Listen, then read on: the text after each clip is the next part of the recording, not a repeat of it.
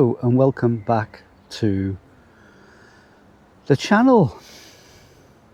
Thanks for watching, thanks for tuning in. And I'm on the plot today. I'm on my own on the plot. Catherine's gone to see a friend, and so she's going to join us later, hopefully. But I thought I'd do a vlog while I've got this bit of time on my own. I can do a vlog, and it's a bit quiet down here at the moment. So we've just had a heat wave, and then we've gone back to winter again, and the last few days have been like the middle of winter. It's been under the temperature, at least by 8 degrees under for this time of the year. And I'm talking about the 13th of June, which it is now. So it's coming up to the winter, summer equinox. It's coming up to the summer equinox in a few days' time. Less than a week, we'll be going down again. So the nights will start drawing in. That's something good to look forward to, isn't it? Yeah. It'll soon be Christmas. So get your Christmas crops in now. So I thought I'd do a little vlog on the plot. But I'll talk about the plants a bit, what we're growing, because I haven't really covered the plants. We've done an overview and stuff, you know, basically what we're doing. But the real way to understand what we're growing is to get down on their level. We really need to get down on the plant's level to see what it's all about. Enter their world, the world that they live in. Try and understand the growing process in some respect. And each plant has different needs and responds to different things. And it's a bit like, I've said it before, that having an allotment is a bit like being a zookeeper. So you've got these many different animals from all over the world, and they've got to be fed, watered, looked after, and they all have different needs. And it's the same with gardening, and that's what we do. We sort of adapt for each plant, and we watch them very carefully.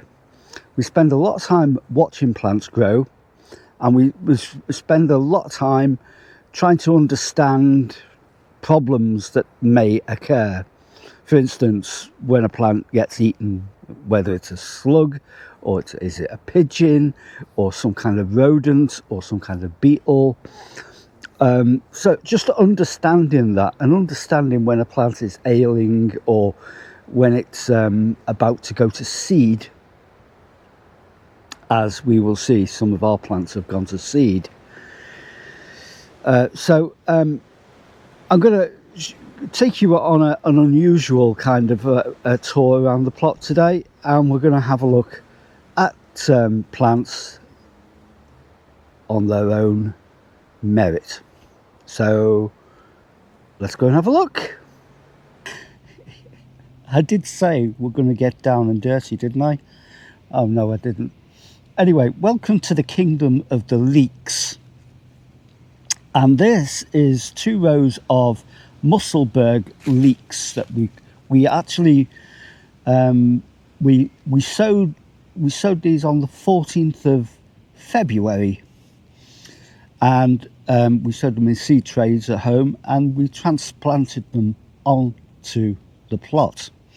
Now, if you look at these from not this angle, obviously, but if you look at them from above and sideways, you will notice, I'm getting nice and comfy here, you will notice that they're perfectly spaced, but they're spaced in a way that we've never grown them this close before. They're only basically 2 inches apart, but they're perfectly spaced, so that when they were grown as seedlings, we popped them into little holes. We didn't have to thin them or anything, and we didn't sow them on the spot. We popped them into these little holes, and they've just grown. So it took the it took the stress out of having to, you know, just sow them and thin them out and stuff like that. So they're perfectly spaced.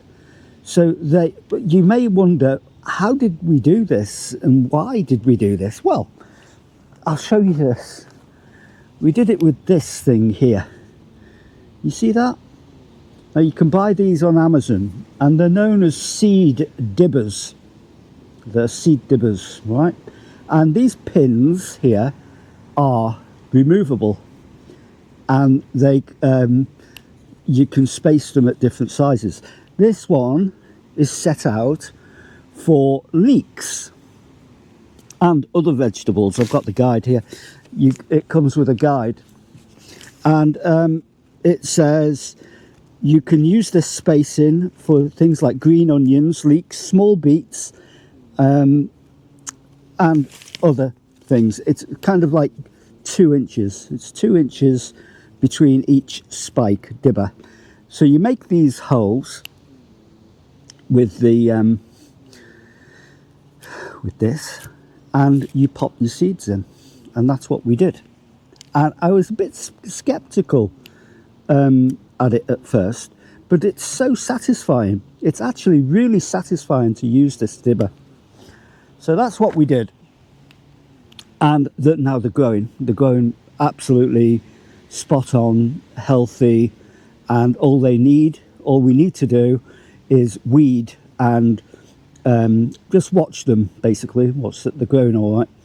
So if you've grown leeks before, you will know that leeks are a long, you know, they have a long growing period, so these won't be properly ready till about November, December, and even over winter, you know, next January, February, you can still be picking leeks and leave them in the ground because they are a winter harvesting crop. So yeah, these will stay in, and yeah, I thought you might like to see them from this interesting viewpoint. Okay, let's see what we've got growing next. So next to the leeks, which are just there, we've got these little beauties, and again they're perfectly spaced using the dibber, our seed dibber. These were grown in situ, and these are parsnips, Pallas 1 F1, which are a very good variety of parsnips. And again, this is a long growing crop. This will be in the ground overwintering. In fact, if they get a bit of frost, they taste better, much sweeter as well. They're related to the carrot family parsnips, so they don't want to be disturbed. These have been grown perfectly spaced without being thinned out or anything. So in some places we've got two growing in one area, but we'll just leave them growing together. They can grow side by side and they'll push each other apart. But like carrots, they can suffer from carrot root fly, believe it or not. But they mostly, if you just leave them, they're fine, and they're not affected by anything. They don't get eaten by slugs and nothing else. I mean, and they're very reliable crop, I would say, for growing anywhere. And I wouldn't be without parsnips now. I used to grow them, and then we stopped growing them for a while, but we've really got back into growing our root vegetables, and we quite like it now. So yeah, there we go. Parsnips is one definitely to grow, but of course it's too late to put them in now. I just thought it'd be interesting to show you them from this angle. Okay, move on. Okay, these are our orange glory chard. Beautiful chard, and yeah, they're getting really big. We've actually been picking these for quite a while, these chards, and they're great as side vegetables, and you can put them in soups and stews and all kinds of things. Chard, they're quite beautiful, majestic plants, and really easy to grow as well. So we've got two types of this chard growing. We've got this one and we've got ruby chard. Now what I've noticed about chard is that we've had a heat wave, and when we had that heat wave, we've noticed that the chard is starting, or some of them are starting, to go to seed. That's when it starts to develop this kind of thing on the stem. You can tell that it's not interested in producing leaves anymore. It wants to go to flower and seed, and that's because the plant's been put under stress. And if you find this summer that plants are suffering, and I know I've been talking about things like perpetual spinach and the cool loving plants, things like lettuce and all this kind of thing, the ones that enjoy the cold climate, the cooler climate, have been under stress. Then that week that we had where it was extreme weather in May has sent them to bolt, and they will bolt. The onions have done it as well, and we're getting scapes off them, which are little flower head things that you'll have to nip out, otherwise you won't have a crop basically. So yeah, it's problematic, but it's something you have to deal with, you know. And it's all about watching your plants and realizing. Now you can still pick these this chard, even though it's forcing itself to go to flower, because what I'm going to do is I'm going to snip these off, and hopefully it will produce more leaves. But it will shorten the life of the crop, unfortunately. I do see this type of plant as a cut and come again crop, so if it does go to seed, I'll just plant some more, and then that's it. It's just about thinking ahead, really. So yeah, next crop. Okay, it's a veritable jungle in here. If I just turn the camera around, you will see. Yeah, it is a veritable jungle of plants, and we've got growing here beetroot over here. This is beetroot, and this here is perpetual spinach. Now this perpetual spinach, you will see, is trying to flower, so I'm going to take that top off there, and we can eat all of this plant, so we just keep taking the tops off if they start like this, and just trying to stop them from flowering basically, because obviously we want it to produce leaves. Spinach is ideal for producing leaves. So yeah, like I said, the plants have been under stress lately, and the cool loving plants are the first ones to feel it. So yeah, there's not much we can do about it, really. I mean, we've just got to deal with the fact that, you know, when you plant stuff, it doesn't always go to plan, and so it may mean that sooner or later we're going to have to pull them all up and start again with a new crop or a new sowing. Yeah, that's the way it goes. Next crop. Okay, here we've got our spring onions near me there, and nearer to the camera we've got leeks growing, all in the same raised bed, perfectly spaced, using our dibber again. And it's the first time we've used this dibber, but I found it totally fascinating to use it and to get the spacings right. And it's almost like creating a piece of art or something like that.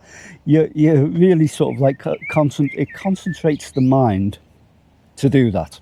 You don't have to do it, but what I found it does is you're actually planting things closer together with that discipline than you would normally do it, and so you're using the ground more effectively.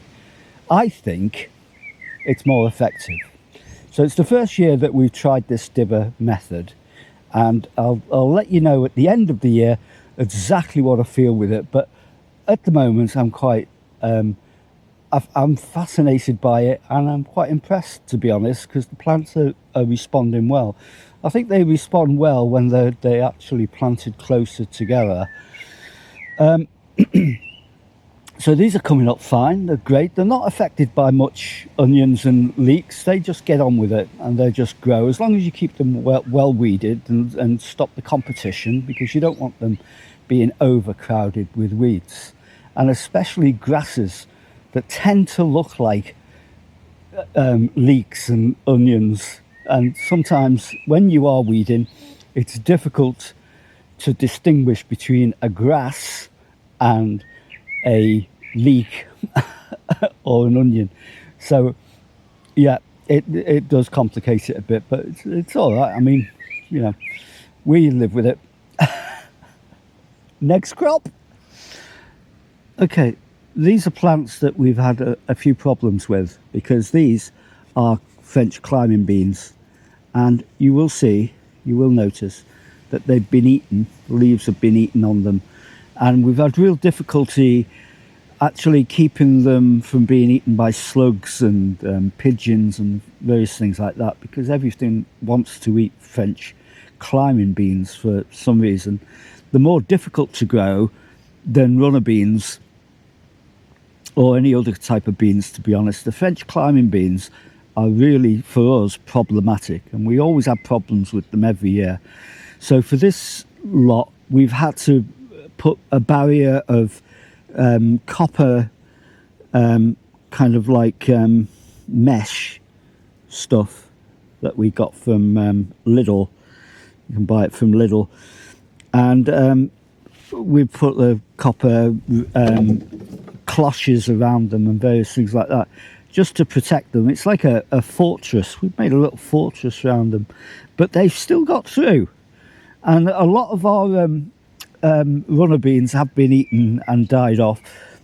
So they haven't been as successful as we would have liked.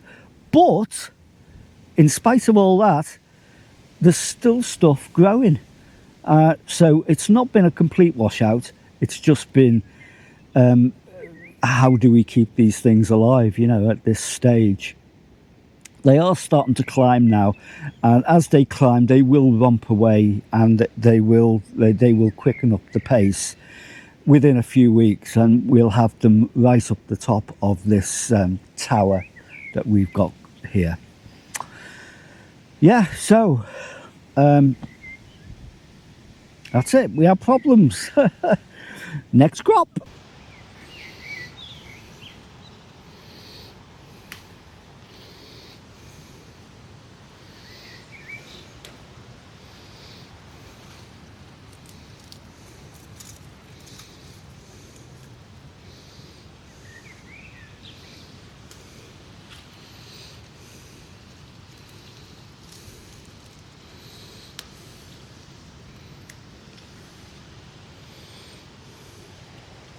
So you find me now in our strawberry bed, and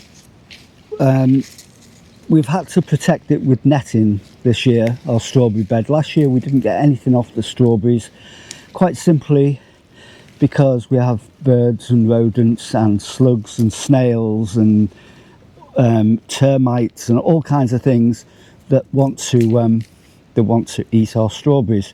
But this year, because of the measures that we've taken, we've had a bumper harvest, and we do get things like this,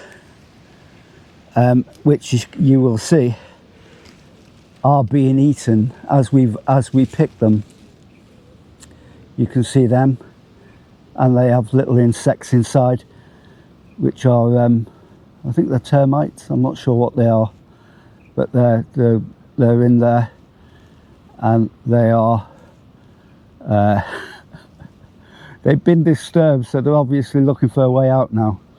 So that's the angels. We call it the angels' share. So we leave them out for the foxes to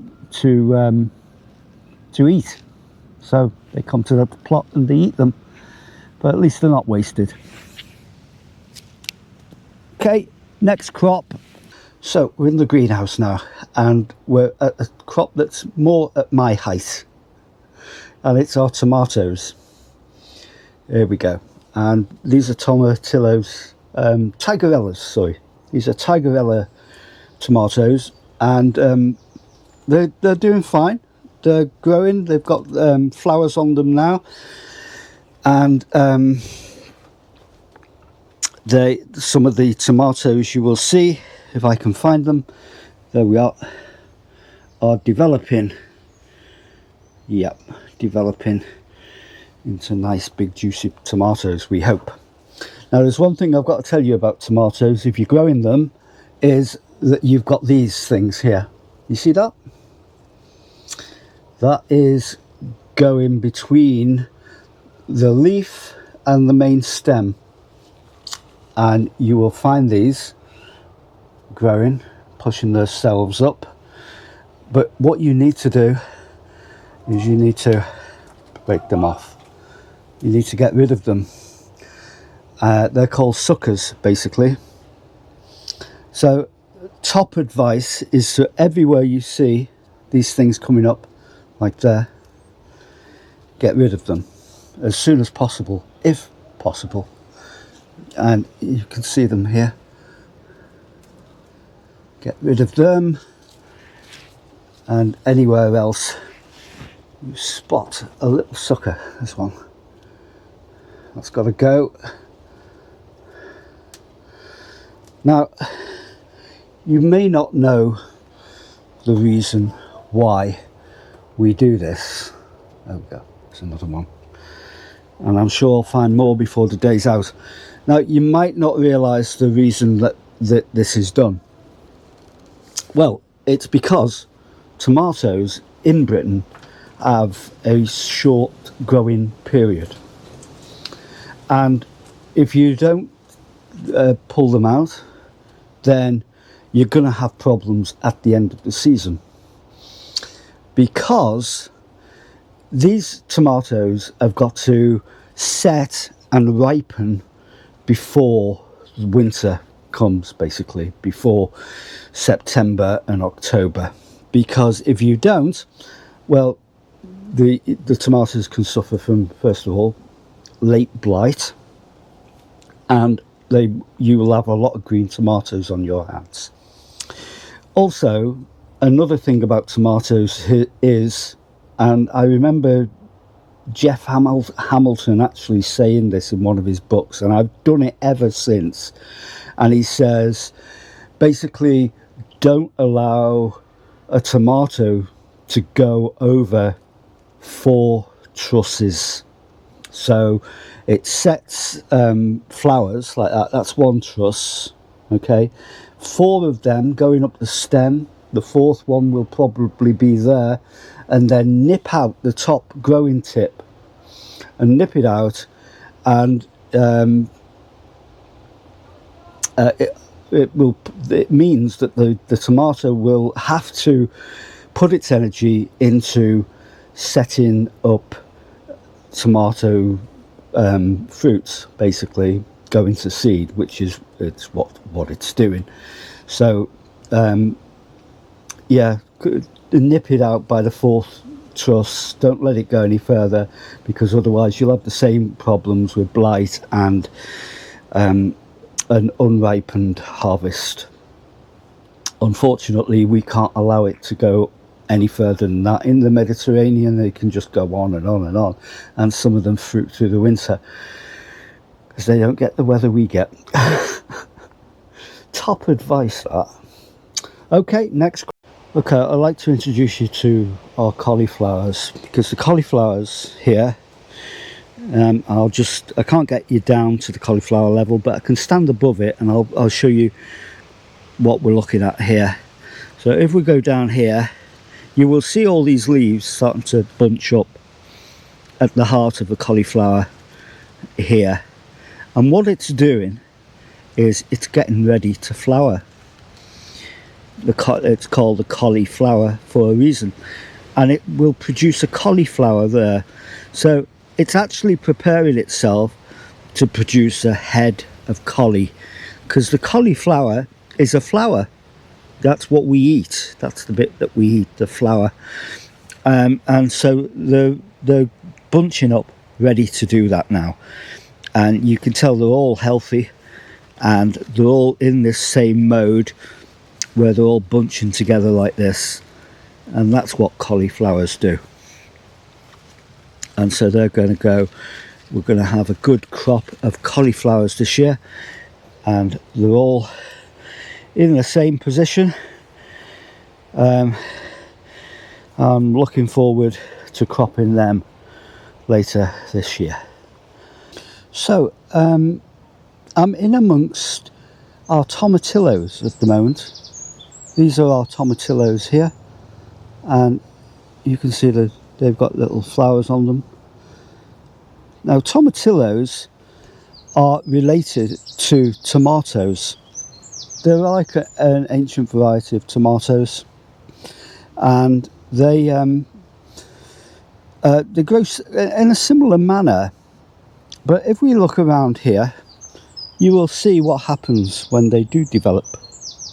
They turn like this. They have like a papery husk. Can you see that? They have like this husk. Little tomatoes, like little tomatoes grow inside of them tomatillos, and they're lovely for making salsa verde with and various other things. So these flowers get pollinated by bees, obviously, and the bees love them. They love these flowers, tomatillos, and there is a problem with these, is that if you are growing just one of these plants, say only one of them is seeded. So the problem with these plants is that you've got to have two of them, at least two, ideally three. Otherwise, they will not produce fruits. And that's because to produce fruits, they have to be cross-pollinated with another plant, a separate plant to themselves.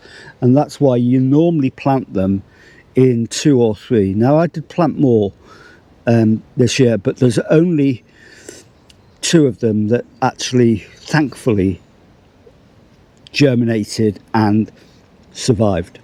So we've got 2 plants, and that's the magic ingredient that you need to grow tomatillos. Apart from that, they're quite easy to grow, and they're very proficient as well. That you get a lot of fruit off a couple of plants like this.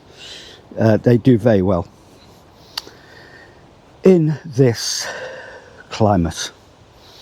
That's our tomatillos unusual plant.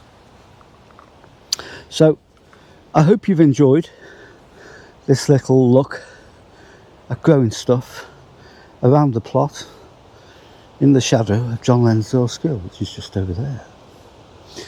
And I hope that Catherine just rang me to say that she's going to be down here later, but I'm going to be getting on with work now, so I'm going to have to say thanks for watching, and if you enjoy the videos, then please give us a like, subscribe to the channel, share on your social media feed and all that stuff.